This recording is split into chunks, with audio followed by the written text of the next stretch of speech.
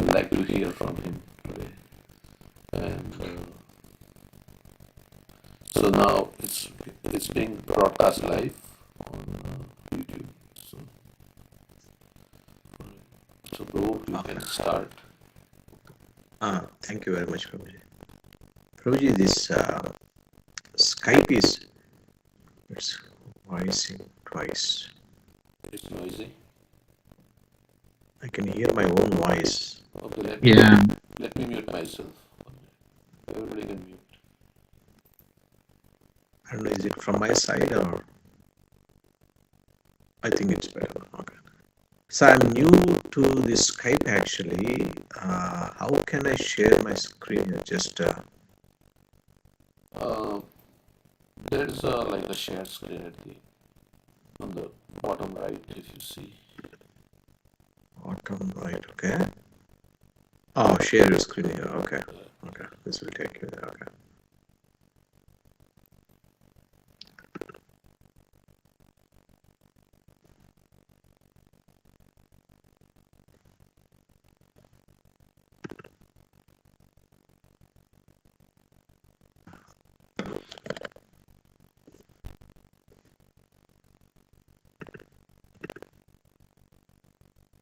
Yeah, you can see.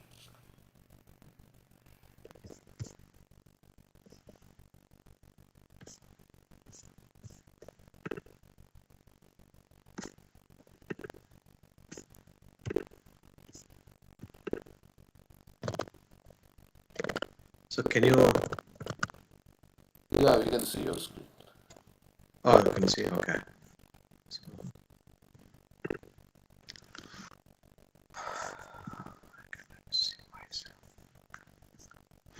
Okay. Thank you very much, Prabhuji. Let's Well, get now started. we can't. Now we can't. Actually, now we see the Skype. What is that, Prabhuji? Now we can't see your screen. Can you share back your screen? Like. Oh yes, yes. I think I switched back to this one. Okay. Okay. All right. Well, you switched it back. Okay, that's all. Your camera is not on. Now you can see, right? Yeah. Okay. So I need to go back and forth if I need.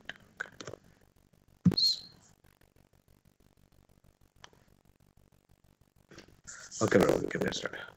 Om Namo Bhagavate Vasudevaya. Om Namo Bhagavate Vasudevaya. Om Namo Bhagavate Vasudevaya.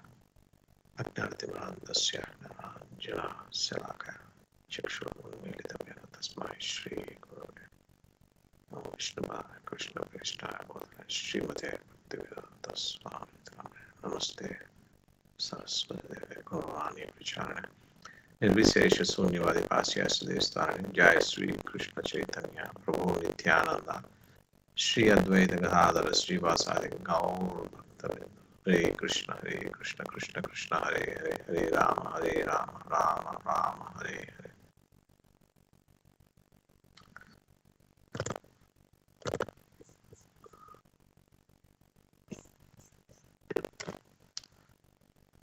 Thank you very much, Prabhuji, for having me here today on your call.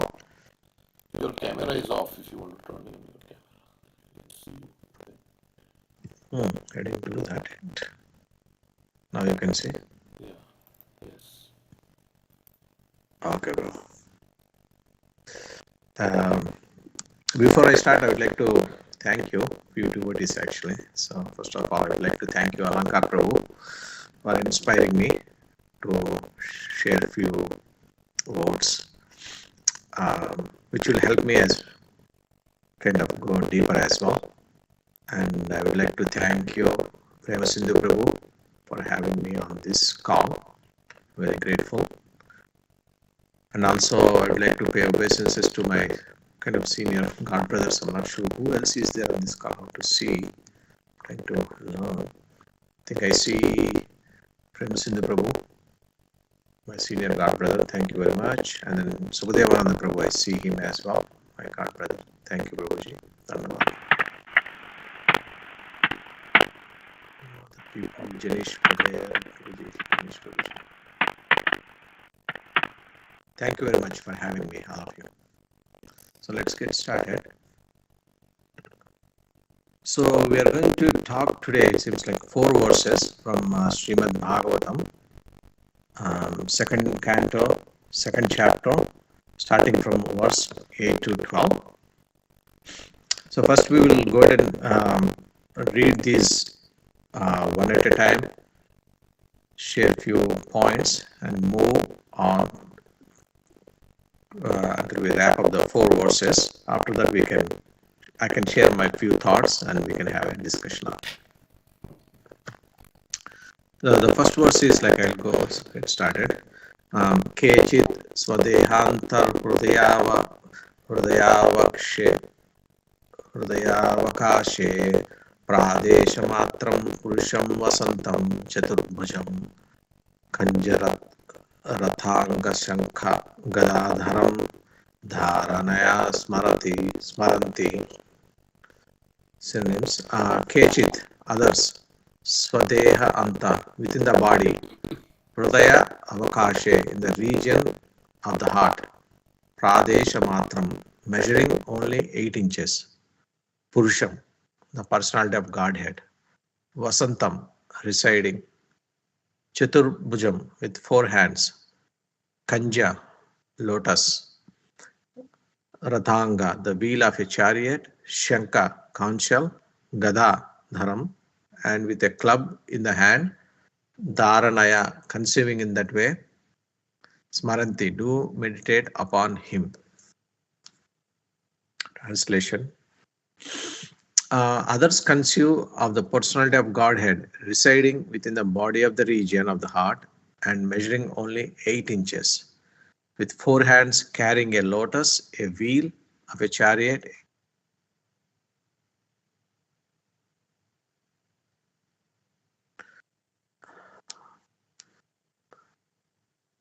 purport. The all-pervading personality of Godhead resides as Paramatma in the heart of each and every living entity.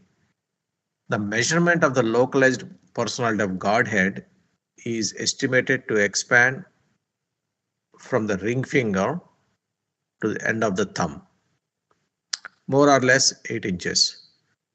The form of the Lord described in this verse, with the distribution of different symbols, beginning from the lower right hand up and down to the lower left hand with lotus, wheel of a chariot, conch shell, and club respectively, is called Janardana, or the plenary portion of the Lord who controls the general mass. There are many other forms of the Lord with varied situations of the symbols of lotus, conch shell, etc. And they are differently known as Purushottama, Achyuta, Narsimha, Trivikrama, Rishikesha, Keshava, Madhava, Aniruddha, Pradyumna, Sankarshana, Sridhara, Vasudeva, Damodara, Janardana, Narayana, Hari, Padmanabha, Vamana, Madhusudana, Govinda Krishna, Vishnumurti, Adokshaja, and Upendra.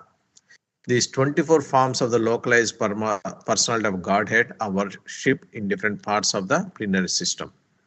And in each system, there is an incarnation of the Lord having a different Vaikuntha planet in the spiritual sky, which is called the Paravyoma. There are many other hundreds and scores of different forms of the Lord, and each and every one of them has a particular planet in the spiritual sky, of which this material sky is only a fragmental offshoot. The Lord exists as Purusha, or the male enjoyer, although there is no comparing him to any male from the material world, but all such forms are Advaita, non-different from one another, and each one of them is eternally young. The young Lord with 4 hands is nicely decorated as described below. Jai Srila Prabhupada. So this verse primarily talks about Paramatma sitting in one's heart actually. And here the description of the Lord is also given with very minute details actually, how the Lord looks like. So the Paramatma, the size is given, which is only 8 inches actually, who sits in the heart And Prabhupada gave the measure as well here, saying he starting from the ring finger to the end of the thumb, basically it measures 8 inches. I didn't know that, but but it's a probably accurate measurement there, up to 8 inches roughly. So, and he also gave the different symbols that the Lord wears in each of his hands, actually, with 4 hands, carrying a lotus, a chariot, conch shell, and a club. And this particular description, I think, is, how is, can we say, Janardhan? I'm trying to read it. Beginning from the lower right and up and down to the lower left hand. So one personality, supreme personality, with certain position of these symbols is called Janardhana. And is a plenary portion, as we all know. But Prabhupada is also mentioning that depending on how these different symbols are situated in the hand of the Lord Vishnu, the Lord has got a different name actually. And all the names have been given based on the combinations. So total 24 names. And each one of these lords has its own planet, spiritual planet in Paravyoma. And it comes down. And all the material planets also, people worship these localized forms of Paramatma. And Prabhupada also says like there are many other hundreds and scores of different forms of the Lord, and each and every one of them has a particular planet in the spiritual sky. And compared to spiritual sky, the material sky is just a fragmental offshoot, which is very less actually. And the Lord is the enjoyer, but not typically like a person in the material world. And all these forms are equal, basically. There's no such difference actually. And one should not even differentiate these forms also, saying the one is less greater, the other one is kind of any differentiation there. And after that, he further goes and describes the personal details of the Lord as well, his facial features and bodily features. So let's go to the next verse. I think it goes here. So Prabhuji, one of you want to read the next verse or? Go ahead, Prabhuji. Maybe. Yes, yes.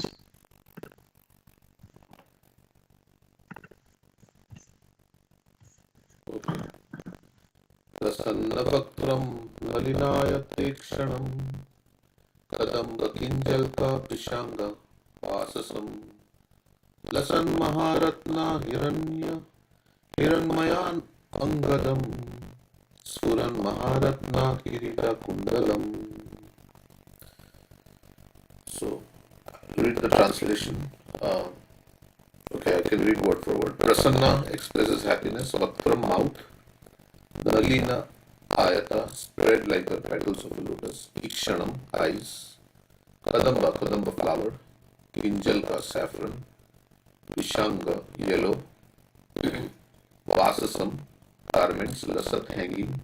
Maharatna, valuable jewels. Hiranmaya, made of gold. Angadam, ornament. Surat, glowing. Maharatna, valuable jewels. Kirita, headdress. Kundalam, earrings. His mouth expresses his happiness.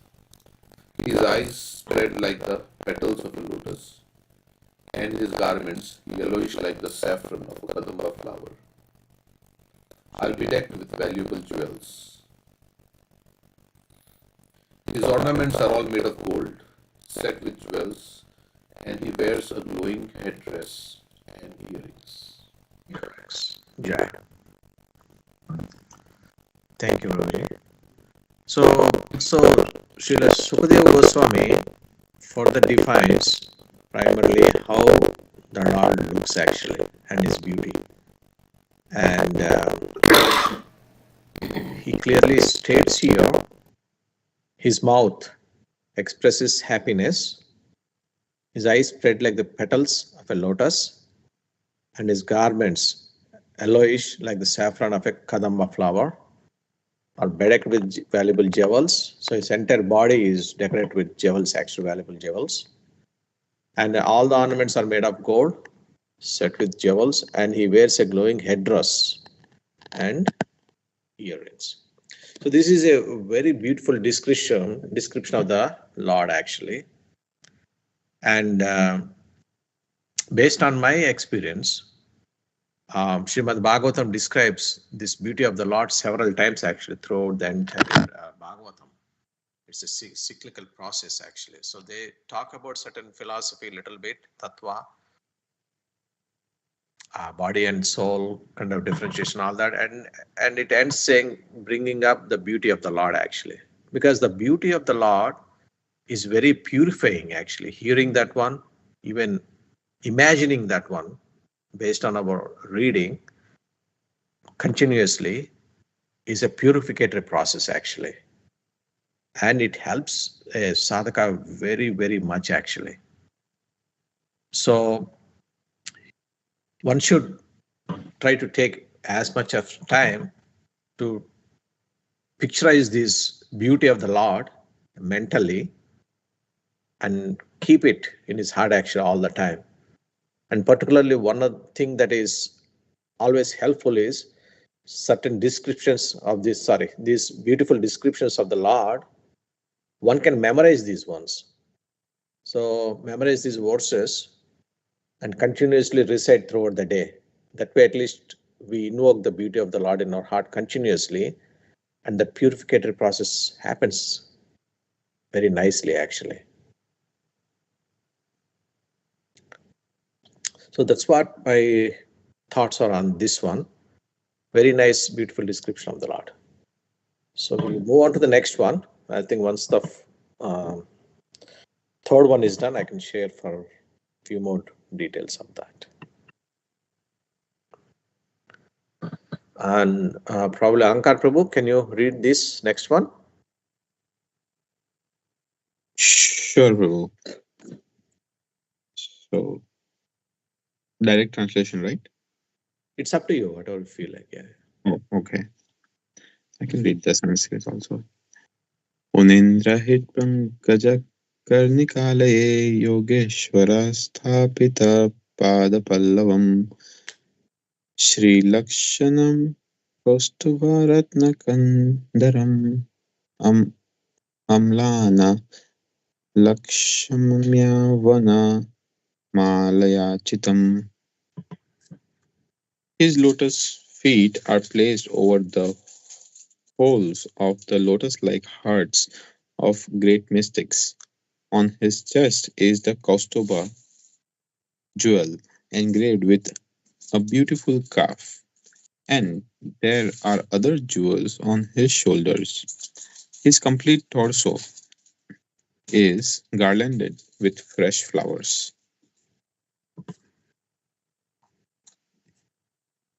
The ornaments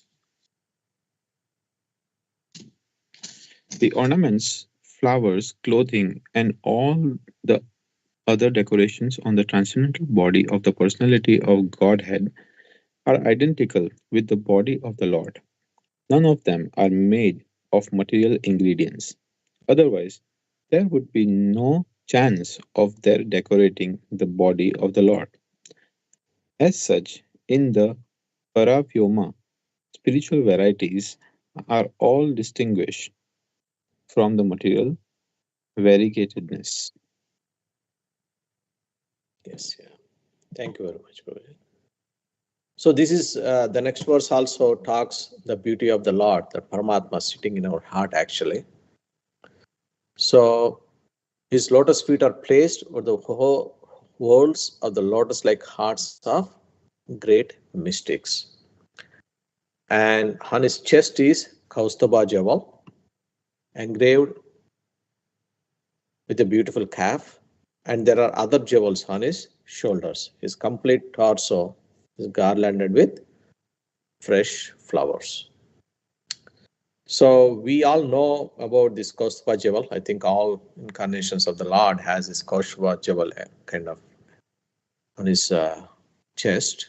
Sorry, Kaustubha jewel on his neck, engraved with calf, and there also he is beautified totally with jewels on his shoulders and everywhere, and is garlanded with fresh flowers basically. Another verse kind of describing the beauty of the Lord. And Srila Prabhupada here brings out the difference, basically saying these are not material ingredients, basically. So we as a humans have a tendency, right? We are born here millions of years, life after life, taking birth in this material realm. So we all tend to have the tendency, kind of imagining what are we here at a material level, thinking that these are all material. But Prabhupada is saying none of these are material ingredients. Otherwise, how would the Lord decorate his body? That means he's saying the body of the Lord is transcendental, and whatever he wears is transcendental, including these ornaments. They're not even from the material realm, actually. And all such kind of spiritual varieties exist in the spiritual sky.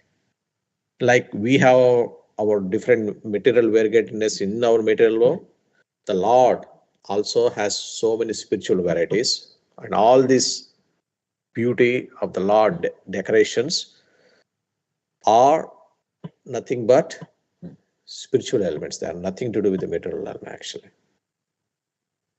And one other point Prabhupada mentions, this Lord sits in the hearts of a mystic yogi, basically.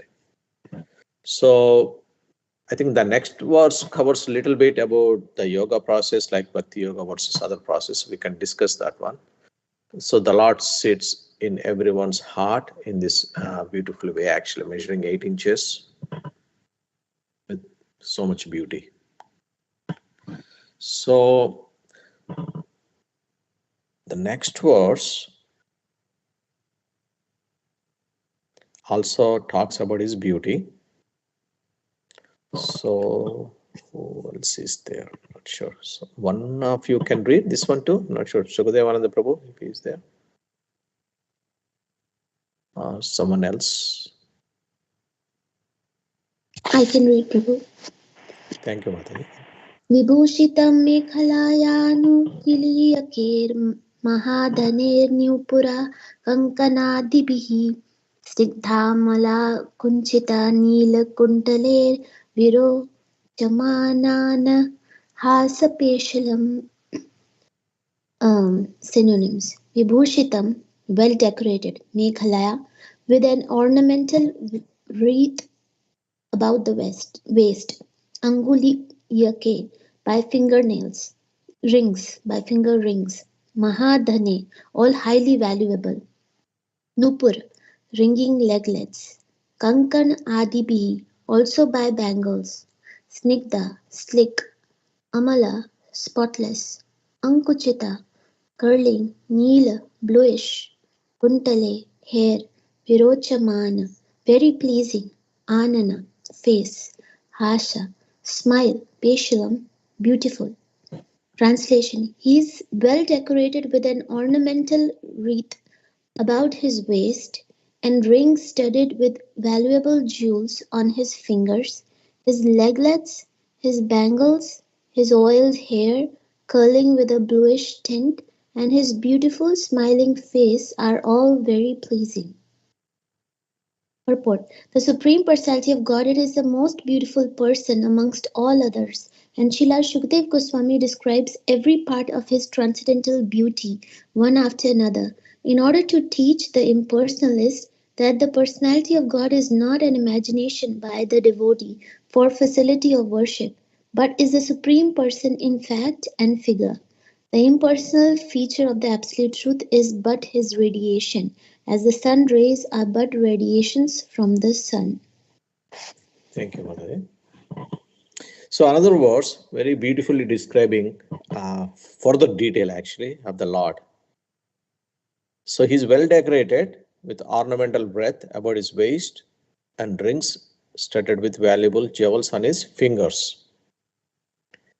his leglets, his ankles, his oiled hair curling with a bluish tint, and his beautiful smiling face are all very pleasing. So Srila Prabhupada here talks about impersonalist, basically. So somehow or the other, these impersonalist people, they do not have a taste for the personal beauty of the Lord, actually. So Srila Prabhupada is saying, like, such people should know that the Supreme Person with all these personal details, in fact, it's a fact, and he's a figure existing there in this kind of spiritual sky. And he's giving some minor details on the impersonal feature of the absolute truth. His radiation, as the sun's rays are but radiations from the sun. So he's giving basically an idea to someone who is reading from an impersonalist point of view, saying that the Lord has a personal feature. It's not like he is kind of spread across like a radiation of the sun, where someone has to imagine very hard actually to attain. So he's saying like his personal feature is here. So, and he's well beautifully decorated, and it's a fact actually. But somehow the impersonalist, they tend to focus on the supreme only effulgence of the Lord actually, not on the personal beauty of the Lord. So these three verses beautifully describe how the Lord is, or how the Lord's beauty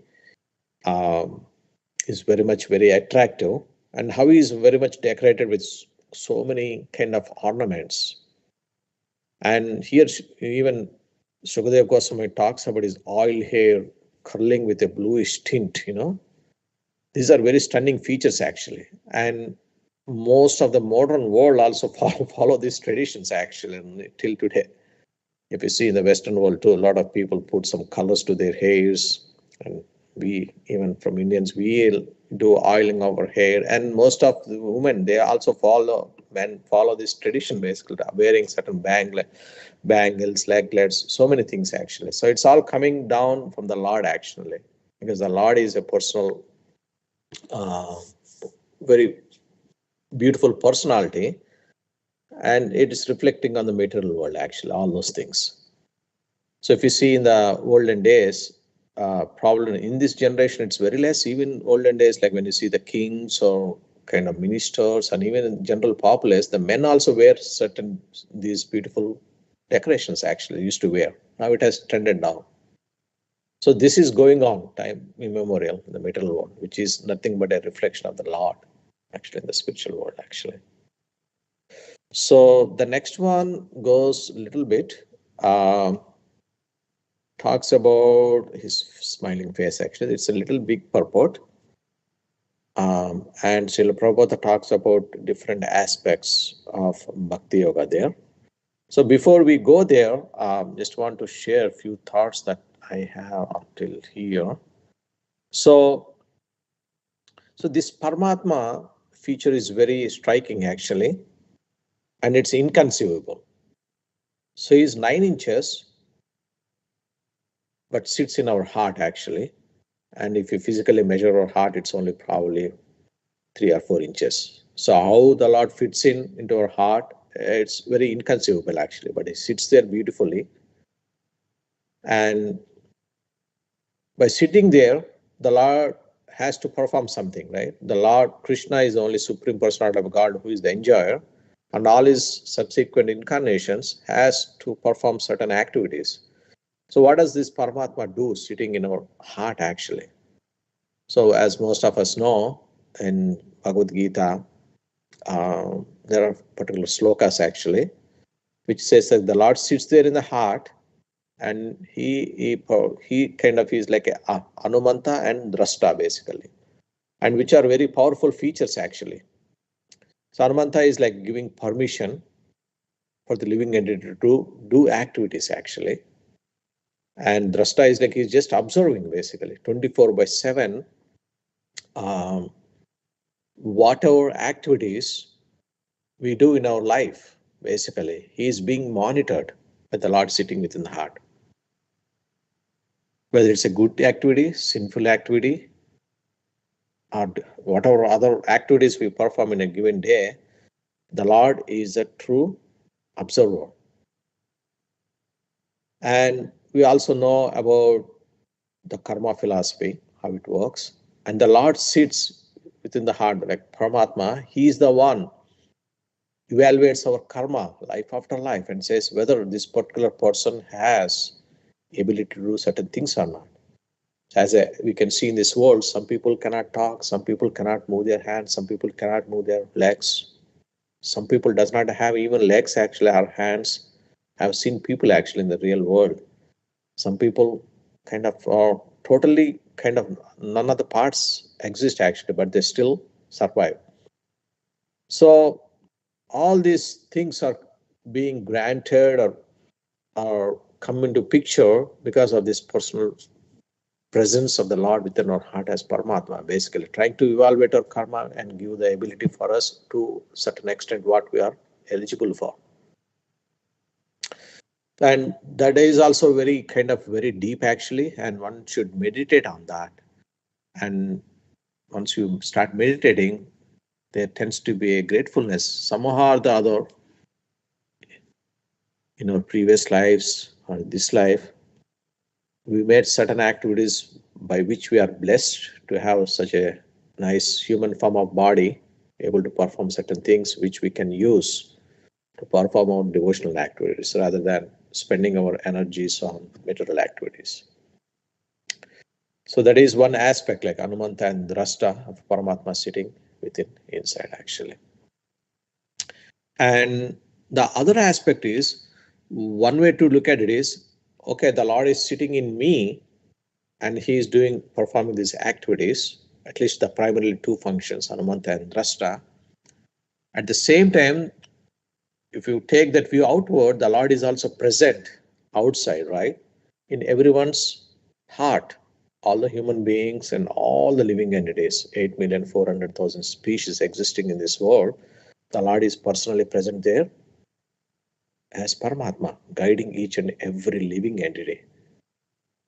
So, considering the practicality of that one, when we put this outward look that the Lord is existing in each everyone's heart, it brings down certain solace actually for us too in certain angles.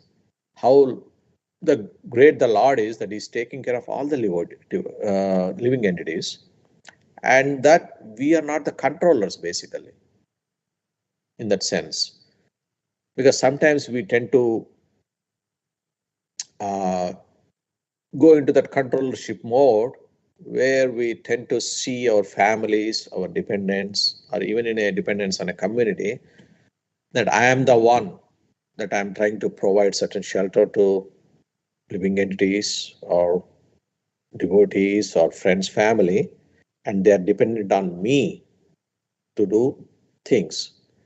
And it boosts our ego a little bit.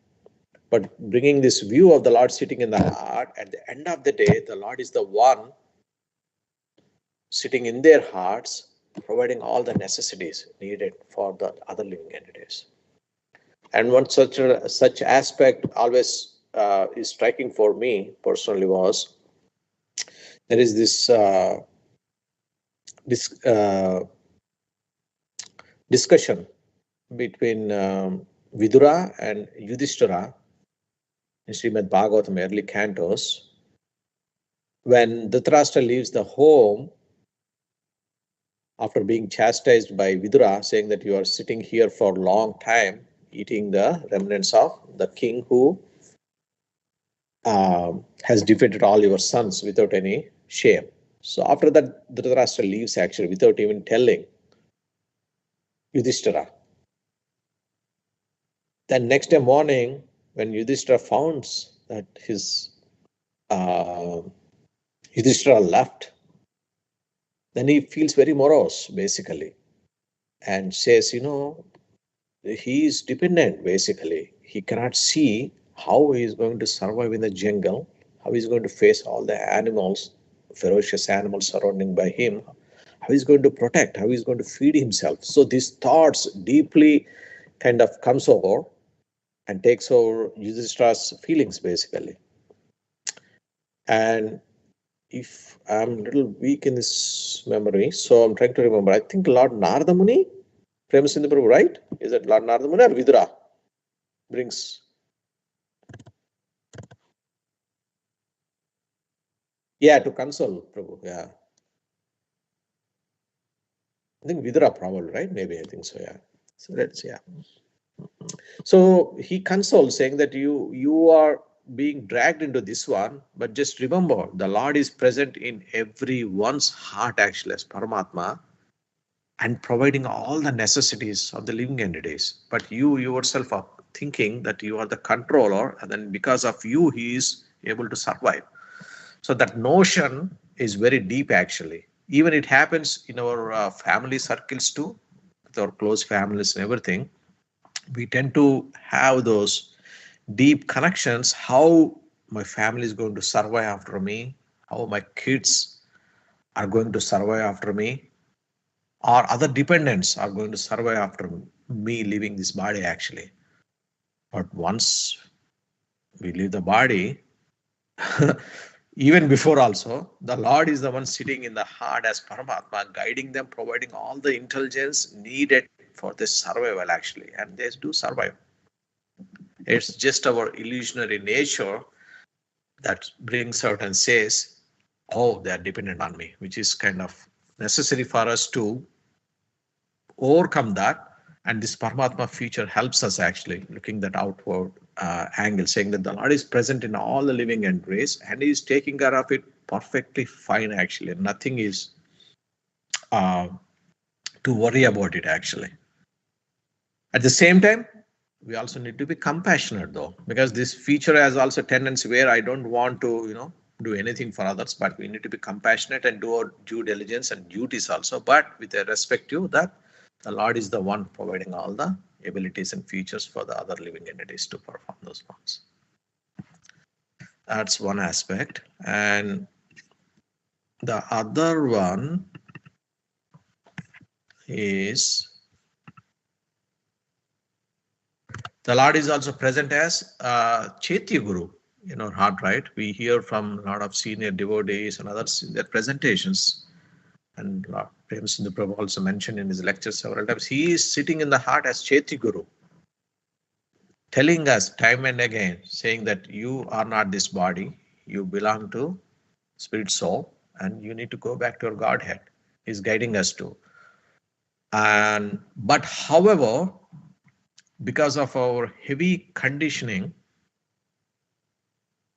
starting where we are, depending on how much progress we made in our spiritual life, there is that conditioning, deep conditioning, and we are not able to hear the inner voice of this Paramatma actually. However, he is providing that instruction time and again, hey, this is a good activity, this is a bad activity, this will bind you, this is not bind you, and this is the way to go to approach spiritual master. This is the way to go to Golok Vrindavan. So he guides us time and again. But as we get more and more and more and more purified, we tend to hear this inner voice of the Lord actually guiding us on the right path, saying that this is how it works for you to reach the goal of the life. And so one has to constantly deeply meditate on this aspect of the Lord and time and again try to seek that inner voice of the Lord, because this voice, whatever coming, it seems to be like our intelligence, but that is nothing but the voice of the Lord directing us, saying that this is nothing good or bad actually, and this is how we should proceed. That is another aspect of the Lord actually. So, and over a period of time, for all these pure devotees who have attained that perfection, the Lord comes personally in his personal beloved feature as Lord Krishna and sits in the heart actually. And the Paramatma himself becomes their favorite Lord actually, Syamasundar. And we have that famous verse actually.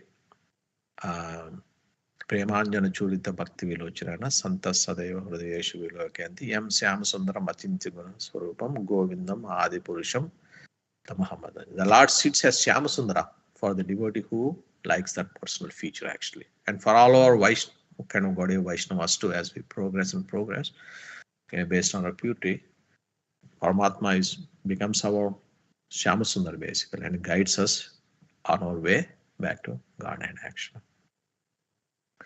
So those are at least few things I kind of want to share actually. So we can take few questions maybe here or any discussion anyone want to before we move to the next one. Premchandra Babu, you want to share any other realizations that you have or others?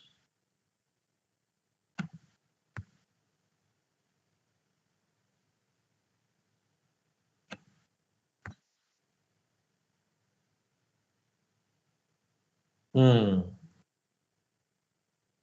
One is observing the other bird, Paramatma is observing, the other bird is eating the fruits. Sometimes they're sweet, sometimes so we are reaping the fruits of our karma, but Paramatma is waiting to turn towards us. So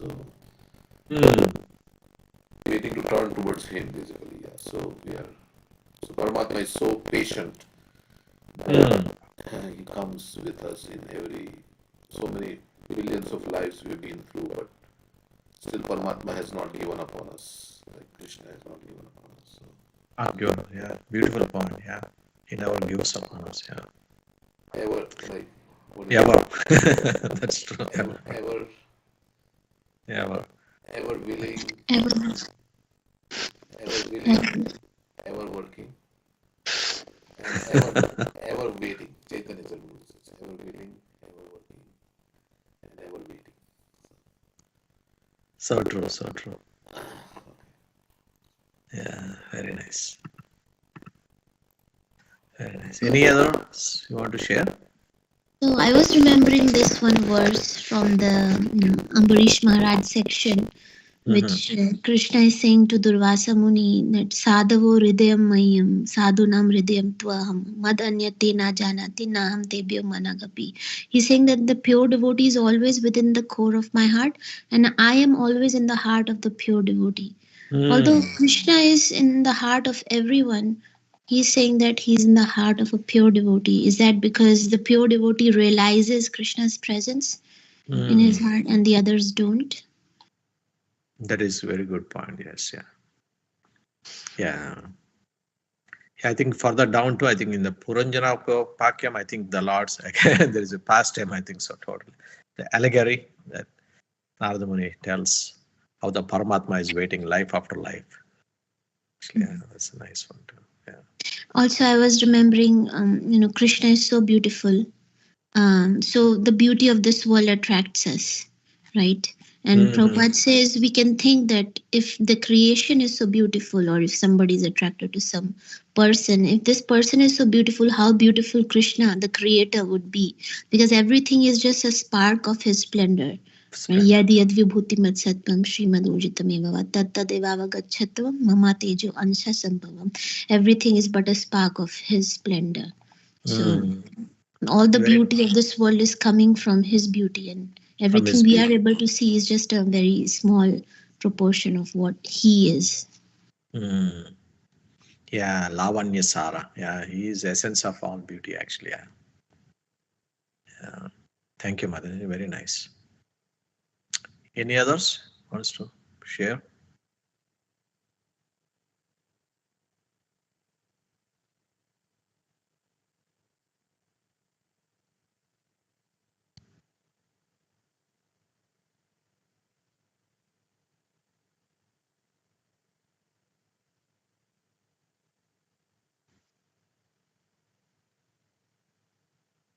Mm-hmm.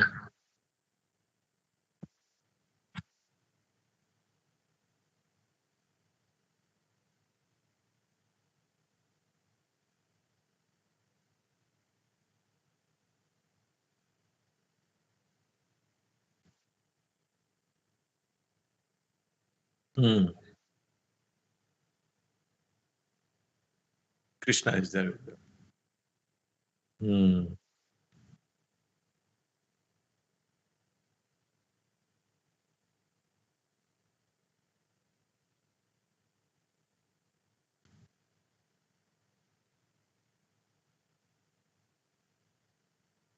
Matkadea.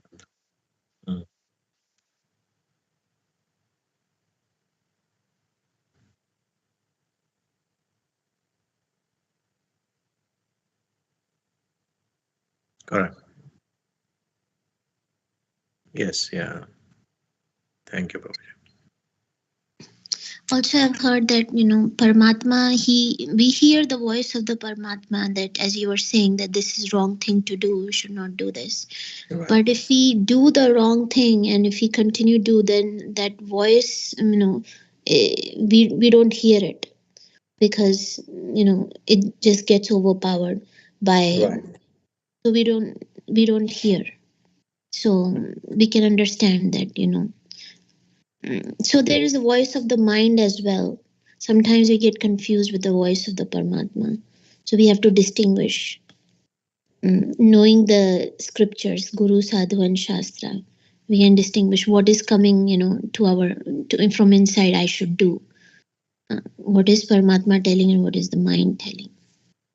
Oh, very beautiful point. Yes, yeah. One has to differentiate that. Yeah, and it's to the process of our sadhana. Actually, one can gradually come to that stage, because initially it is very tough. Actually, yeah, you brought up a good point to differentiate that voice, whether it's coming from mind trying to allure us in a way, or it's really coming from the Paramatma. Yeah, nice. Okay, so I think we have one more verse that is a little bigger. Let's go there.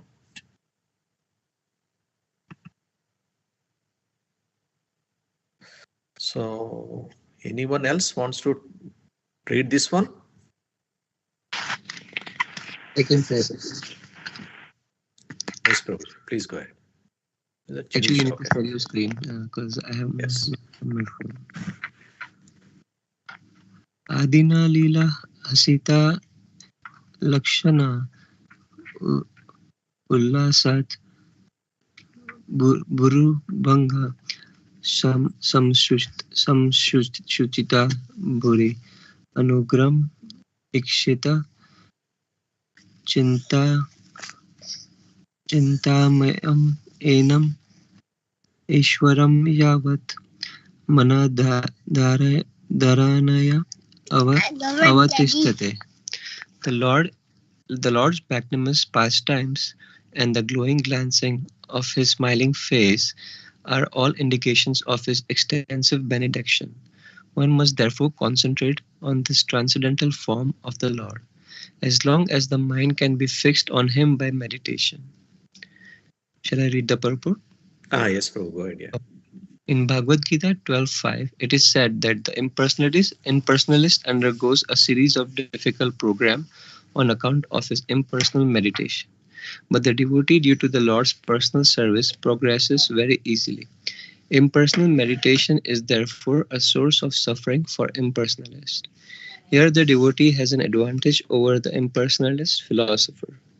The impersonalist is doubtful about the personal feature of the Lord, and therefore he always tries to meditate upon something which is not objective.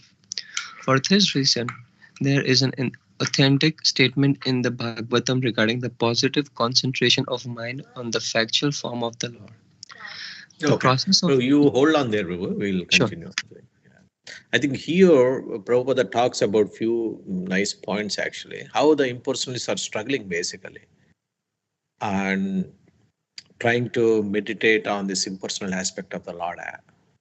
And he's telling that we devotees have an advantage over the impersonalists, because we go to the temple, we directly see the form of the Lord, and we just meditate on that personally, not on the impersonal aspect of the Lord. So if you see this one, there are so many religious also right now in place actually. And I have experience with one of those too, like when I was a childhood, that there is one called Iswara Viswavidyalaya. And I went there probably for a year or so. I mean, it's very tough actually to follow those practices. They just put in a heart of the Lord, and they put a dot in between and the light, and they tell us to focus on that light basically continuously throughout the day and meditate on that. And it's very tough actually to do that, because the Lord is very personal, and to focus on the personal feature of his Lord is very easy, because we all have the personal feature, and the Lord also has personal feature, and it becomes very easy actually. Whereas impersonalists, they tend to focus on something, it's very tough. I mean, it's a valid process though, but it takes millions and millions of years. There are several verses in Bhagavad Gita which talks about that. They go through so many lordships, and we go to India, we go to these different places, right? I haven't been there, but I have seen some videos and heard from people. You go to Varanasi and you see all these sadhus sitting in the forest. Some are yogis, some are impersonalists, trying to meditate, trying to overcome so many things in a what call forceful way, not a natural way actually. And so there is a sense of then easiness on our part as devotees, basically trying to focus on a easily aspect of the Lord, form of the Lord, which is very beautiful. And we should be grateful for Srila Prabhupada for giving us this actually, this Bhakti Yoga, because it's very simple. You just focus on the Lord who has similar features like us, actually, nothing different. And somehow or the impersonalists, they tend to follow this process over and over and over, and they fail and probably try again. Sometimes they only get out of this aspect only when they get in touch with a pure Vaishnava actually. Automatically they advance further actions. Go ahead, Prabhu. Janesh Prabhu next. The process of meditation recommended herein is Bhakti Yoga, or the process of devotional service after one is liberated from the material conditions. Jnana Yoga is the process of liberation from material conditions. After one is liberated from the conditions of material existence, that is, when one is nivritta, as previously stated herein, or when one is freed from all material necessities, one becomes qualified to discharge the process of Bhakti Yoga. Therefore, Bhakti Yoga includes Jnana Yoga. In other words, the process of pure devotional service simultaneously serves the purpose of Jnana Yoga, because liberation from material conditions is automatically achieved by the gradual development of pure devotional service. These effects of Bhakti Yoga are called Anartha Nivritti. Things which are artificially acquired gradually disappear along with the progress of Bhakti Yoga. Meditation on the lotus feet of the personality of Godhead, the first processional step, must show its effect by Anartha Nivritti. The grossest type of anartha which binds the conditioned soul is material existence, is sex desire. The sex desire gradually develops in the union of male and female. When the male you can stop there, bro, for a second. Okay. So basically, here he is differentiating between Bhakti Yoga and other yogas. So Bhakti Yoga is inclusive. So basically, these impersonalists, yogis, they follow their processes. At the end of the day, their main goal is to get rid of all their kind of anarthas from their body actually, trying to focus on the Lord, not to get attracted by material allurements and all that. But that is also is part of our Bhakti Yoga as well. We don't have to separately go and perform this process separately, manually. And all we need to do as part of this Bhakti Yoga is to follow the process laid down by our senior acharyas and everyone, by Srila Prabhupada, doing our regular 4 rounds, following the 4 regulative principles, and doing service to the Lord, reading scriptures. So continuously doing this one eliminates all these anarthas, which they are also achieving by a different process. So we don't have to do 2 separate processes actually. So naturally we tend to get rid of these things which are kind of allurements, material allurements, and all other things.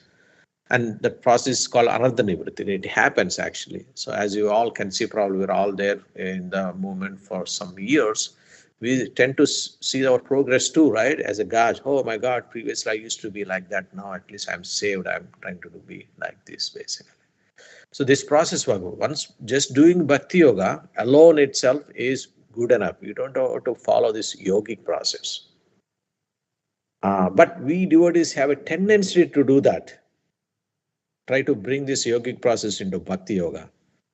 and I have done in the past too, like where we want to artificially restrain certain senses, put certain restrictions. To certain extent, they are okay, but beyond that, the senses become very overwhelmed, and they're trying to kind of take on us heavily, actually. So the natural process, you follow this regulatory principle, bhakti yoga, sincerely, and naturally, gradually, you get rid of these elements, actually. Okay, go ahead, Prabhuji. I think he talks about. Sure. Um, when the male and female are united, the sex desire is further aggravated by accumulation of buildings, children, friends, relatives, and wealth. When all these are acquired, the conditional soul becomes overwhelmed by such entanglement, and the false sense of egoism or the sense of myself and mine becomes prominent, and the sex desire expands to various political, social, altruistic, philanthropic, and many other unwanted engagements resembling the form of the sea's waves, which becomes very prominent at one time and at next moment vanishes as quickly as a cloud in the sky. The conditioned soul is encircled by such products as well as products of sex desire. And therefore, Bhakti Yoga leads to gradual evaporation of sex desire, which is summarized in three headings, namely profit, adoration, and distinction. All conditioned souls are mad after these different forms of sex desire, and one shall see for himself how much he has been freed from such material hankerings based on primarily on the sex desire. As a person feels his hunger satisfied after eating each morsel or foodstuff, he must similarly be able to see the degree to which he has been freed from the sex desire. The sex desire is diminished along with its various forms by process of bhakti yoga, because bhakti yoga automatically, by the grace of the Lord, effectively results in knowledge and renunciation, even if the devotee is not materially very educated. Knowledge educated. Okay. Knowledge means knowing things as they are, and if by deliberation it is found that there are things which are at all unnecessary, naturally the person who has acquired knowledge leaves aside such unwanted things. When the conditioned soul finds by culture of knowledge, the culture of knowledge, the material necessities are unwanted things, he becomes detached from such unwanted things. This stage of knowledge is called vairagya, or detachment from unwanted things. We have previously discussed that the transcendentalist is required to be self sufficient and should not beg from the rich, blind persons to fulfill the bare necessities of life. Sukdev Goswami has suggested some alternatives for the bare necessities of life, namely the problem of eating, sleeping, and shelter. But he has not suggested any alternative for sex satisfaction. One who has the sex desire still with him should not at all try to accept renounced order of life. For one who has not attained this stage, there is no question of renounced order of life. So, by the gradual process of devotional service under the guidance of proper spiritual master and following the principles of Bhagavatam, one must be able to at least to control the gross sex desire before one accepts the renounced order of life factually. Yes. So here I think Prabhupada, the main statement is the sex desire is diminished along its various forms by the process of Bhakti Yoga, because Bhakti Yoga automatically, with the grace of Lord, effectively results in knowledge. So it's a gradual process, and one should not artificially restrain these ones.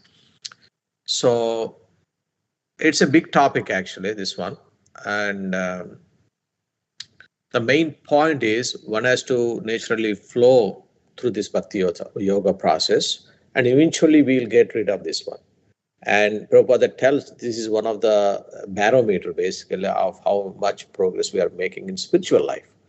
Gradually we'll see, like 10 years from now, 20 years before, we see how these things are getting diminished over a period of time naturally by its own course and by the dint of our bhakti yoga performance. Some people may achieve this one probably in a year or two. Some people it may take 10 years. Some people it may take 20 years. However, this process works actually based on the intensity of our performing devotional service, and how serious are we taking our vows for regulative principles seriously. And Prabhupada talks about here that one who has this desire should not be taking a sannyasa basically primarily, because the primary goal of sannyasa is to get rid of the sex desire, and after that he should be able to preach nicely. However, for our Prabhupada also talks about in other purports, our grostha life is a little bit safer than sannyas is, as we have a family life and all that. So we can naturally progress this through these desires and get rid of this naturally, actually, instead of artificially restricting these ones through other means. So I don't know, we are almost at 83, so we can wrap up here. Okay, go ahead, Prabhuji, last one. Okay. So purification means getting free gradually from sex desire, and this is attained by meditation on the persons of the Lord, on the person of the Lord, as described herein. Beginning from the feet, one should not try to go upward artificially without seeing for himself how much he has released from the sex desire. That's right. The smiling face of the Lord is the 10th canto of Srimad Bhagavatam, and there are so many upstarts who at once try to begin with the 10th canto, and especially with the 5 chapters which delineate the Rasa Leela of the Lord. This is certainly improper. By such improper study or hearing of the Bhagavatam, the material opportunists have played havoc by indulgence in sex life in the name of Bhagavatam. This vilification of Bhagavatam is rendered by the acts of the so-called devotees. One should be free from all kinds of sex desire before he tries to make a show of recital of Bhagavatam. Sri Vishwanath Chakravarti Thakura clearly defines the import of purification as cessation from sex indulgence. He says, Yatha yatha dish cha shuddhati vishaya lampatayam tijati tatha tatha dhariyat iti chitta shuddhi taratam yenava dhyana taratam yam uktam. As one gets free from the intoxication of sex indulgence by purification of intelligence, one should step forward for the next meditation, or in other words, the progress of meditation on the different limbs of the transcendental body of the Lord should be enhanced in proportion to the progress of purification of the heart. The conclusion is that those who are still entrapped by sex indulgence should never progress to meditation above the feet of the Lord. Therefore, recital of Srimad Bhagavatam by them should be restricted to the first and second cantos of the great literature. One must complete the purificatory process by assimilating the contents of the first 9 cantos. Then one should be admitted into the realm of the 10th canto of Srimad Bhagavatam. Okay, thank you very much, Prabhu. It's a big one. So basically, one key aspect is, so to get rid of this one should focus on the personal feature of the Lord and serve Him, and properly doing our sadhana basically. And these verses, like particularly the descriptions of the Lord, are so powerful actually. There are so many verses in Srimad Bhagavatam literature, tons defined with the personal beauty of the Lord. And we should try to learn these verses, meditate on them regularly, which helps us gradually come out of this desire actually. And very powerful process. And here Prabhupada talks about a little bit about how to read Srimad Bhagavatam gradually, even though he says here that one should not progress, or before that Prabhupada compares the 2 lotus feet of the Lord as first and second cantos. There is a nice verse actually that describes starting from first canto to 12th canto, how the Lord's form is described actually. So the first 2 cantos are Lord's 2 lotus feet, and the smiling face is totally 10th canto, basically 10th canto onwards. So one should gradually progress reading Srimad Bhagavatam and should not go directly deep into the pastimes of the Lord actually. So even though he says here, one should not go beyond first and second cantos based on his desire for sex. However, in the immediate next line, he also says, you see what I mean? One must complete the purificator process by assimilating the contents of the first 9 cantos. So one should gradually read these 9 cantos, because this is another form of the Lord. Srimad Bhagavatam is very, very, very, very powerful, and most of our devotees miss this aspect.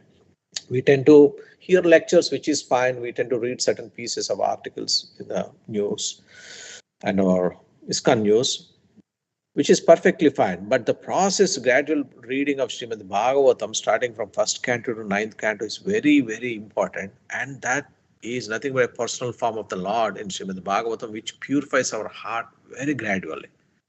And after that, we can proceed into the realm of 10th canto. And this 10th canto is even more powerful because it directly deals with the pastimes of the Lord, personal pastimes of the Lord. And there's so much beauty of the Lord described in this 10th canto. And this beauty of the Lord cleanses our heart very powerfully. And in one of the lectures given by His Grace Hariparshad Prabhu, he talks about Pajyavali. And this Pajyavali is nothing but a collection of wonderful verses of the personal description of the Lord, personal pastimes of the Lord, personal beauty of the Lord. And they are designed in such a way, by regularly reciting and hearing these verses, the lust in our heart in the form of this sex desire gradually gets diminished actually. So one should get a practice into the daily practice, how to continuously engage in ourselves reading this beautiful description of the form and all that actually. So I will end here. It's almost over an hour. I didn't know what time should I. I had never asked. I'm sorry about that. So Premasindhu Prabhu, anything you want to share, or what is the process here?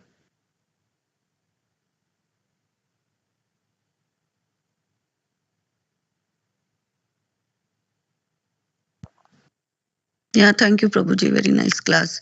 I was just thinking, like, even in Bhagavad Gita, 12 chapter, right? God Himself has said that those who fix their minds on my personal form are always engaged in my worship, are considered by me to be the most perfect. So yes, very nice verse. Yeah. Hare Krishna, Prabhu. This is very nice class, Prabhuji. You explain all beautiful points. And yeah, in Bhagavad Gita 6, I think 6 chapter 47th verse also, Krishna, Srila Prabhupada writes that someone is a great fortune that who comes in the Krishna consciousness, because through Bhakti Yoga, that you have said that the Bhakti Yoga is to purify our consciousness. And once we purify and without loving, loving Krishna, we cannot feel that bliss, the personal form of the Lord, because the demons also see the Krishna as beautiful. Krishna is all attractive, right?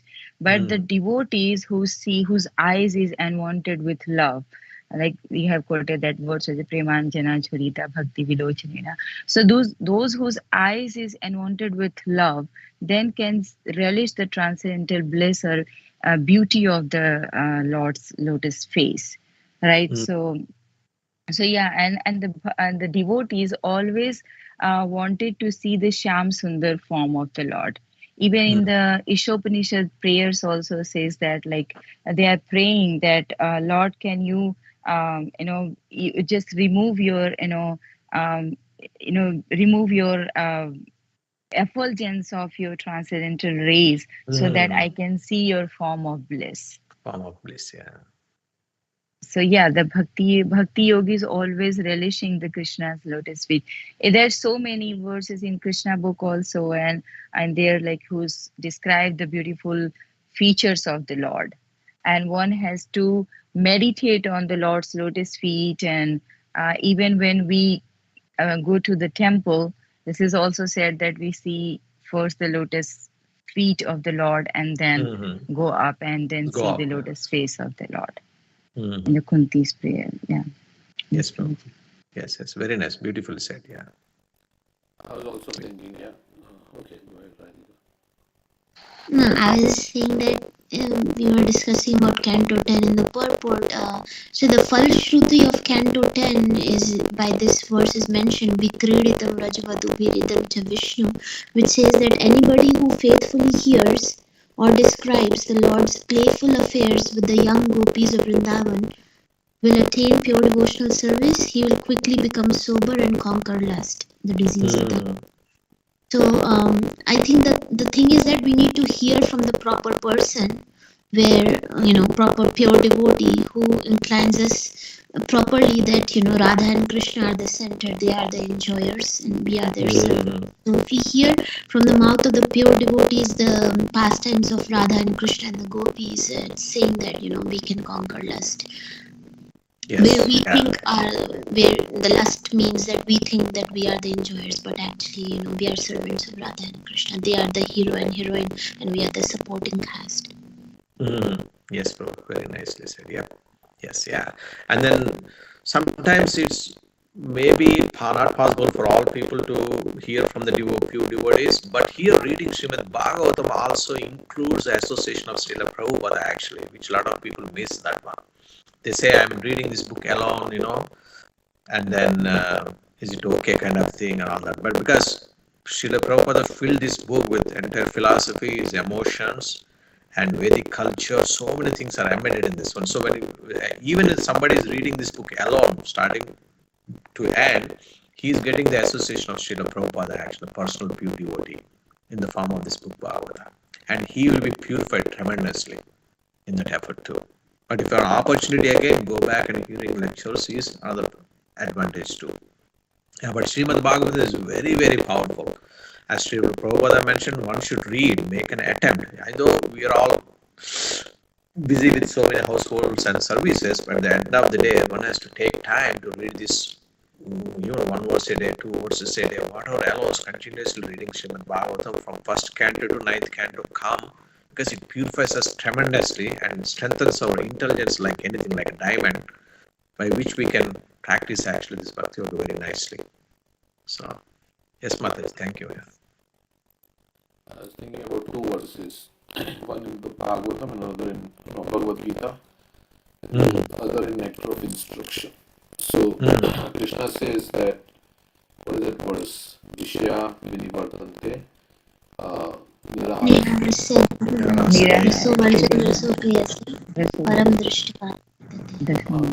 only way we can conquer our lower desires is by getting a higher taste. Yes. Yeah, you get higher taste in attachment and more rust in service to the Lord. And then how do we get that? Is in Nectar of Instruction, verse 7, where Rupa Goswami says that everything about Krishna is so attractive. Syat Krishna, what's that verse? Syat Krishna Nama. Charitādi stāpe vidya pitoptapta rasnasya narochikānu kinte vādarād anudinam khalu sevajushta swadvikramān bhavati tadgadamulantri. So there, you want to explain that verse? Yeah. So it's saying that the Krishna's holy name, his naam, his charitra, his pastimes, activities, they are so sweet like sugar candy, but because we are afflicted with our tongue with the jaundice of avidya, so that's why we cannot experience the sweetness. So somebody who has jaundice, the cure of that is that they are not able to taste sweet things, so but the cure is to take sweet sugar cane juice every day. So in that way we should hear about Krishna's pastimes and chant his names very carefully every single day, so that the ignorance is destroyed, and then we'll start to experience the taste. And as Prabhuji said, if we have taste for higher things, we are not attracted to the lower lust and sex desire. Yes, yeah, nicely said. Also, Prabhupada said that it's not like I don't have lust, I don't have time for lust. So you become so busy in all your services and reading and chanting, and you fill your day with services that you don't even have time to think about other things. And you are also associating with pure devotees who are freed from lust, so then that association affects you as well. Yes, yeah, that's a nice point actually. It's not like that the pure devotees, they don't, I mean, I should not say that way too. They don't have time, as you said, basically. So these do come into your mind, actually, tend to, because we are in this middle realm, they tend to get, because sometimes the new sadhakas, we get confused too. Oh my God, I'm being overwhelmed by these desires. How can? It's a natural thing, because we are in this body, these things happen, but our strong uphold, a taste for a higher taste for the Lord's service and reading and everything, we tend to just neglect those ones and move on.